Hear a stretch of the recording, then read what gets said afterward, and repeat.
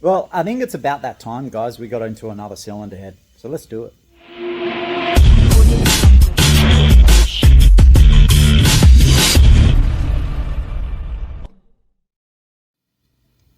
All right, so it's the Rab26, and this is a billet head. This is one we helped design with Boostock.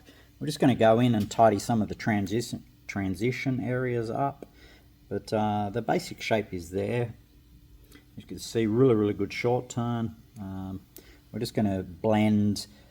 Obviously in CAD, they have a little trouble transitioning, so we're going to basically tidy this up, and then we can pull a scan off this head and get it even better. So that's it's already there. I won't go into the numbers too much on here, but I will show you, because I get a lot of people asking, and I've had some guys from overseas asking how we work out averages and stuff like that. So I thought I would run through a couple of calculators that I've designed for Einstein motors and just show you how we go about it. So obviously first we've got to get in here and just take some measurements, see where the port's at as far as size goes, do ourselves a little diagram. But one of the calculators I designed, you can actually put 3 port inputs. So you can put the throat in, you can put the divider, cross-sectional area. And the easiest way for these, we actually use a rectangle calculation with radius corners. So you can measure the height here, you can measure the width, and then just measure each radius, and you can input each radius, and then that will give you a port CSA, an average port CSA. And it'll also tell you, and as you've seen in other videos when I map the cross-sectional area, it'll also tell you where the port needs work or where you want to put the MCA. With anything like this, I like them down as close to the valve seat as possible, because it is a very clean shop. There's not a lot of short turn in it at all,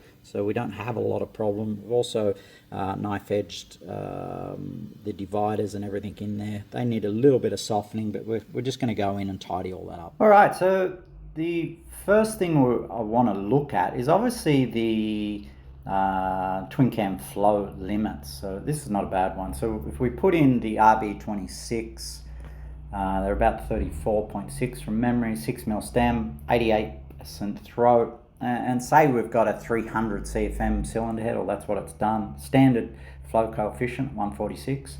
So this will calculate basically our net gross area and our total CSA at both. So maximum theoretical flow is 316 CFM, and as you can see at 300 CFM we're about 95% efficient, which is really good for a Rab26. You know, anything plus 300 CFM, you're doing pretty well. All right, the next thing we can look at is the twin cam cross-sectional area. So we want to map the CSA and actually see what the port's like. So this is a calculator I've designed, so as you can see, you can select stadium, round, oval, or rectangle. So if you've got an oval, same thing, major access by the minimum, and that will, we'll just hit it now without everything else. That'll give us our entry area. So as you can see, 1.522 square inches, or 981. But we'll go back to or round, you can have, same thing, and then rectangle, height and width, and corner radius. So we'll just stick with stadium.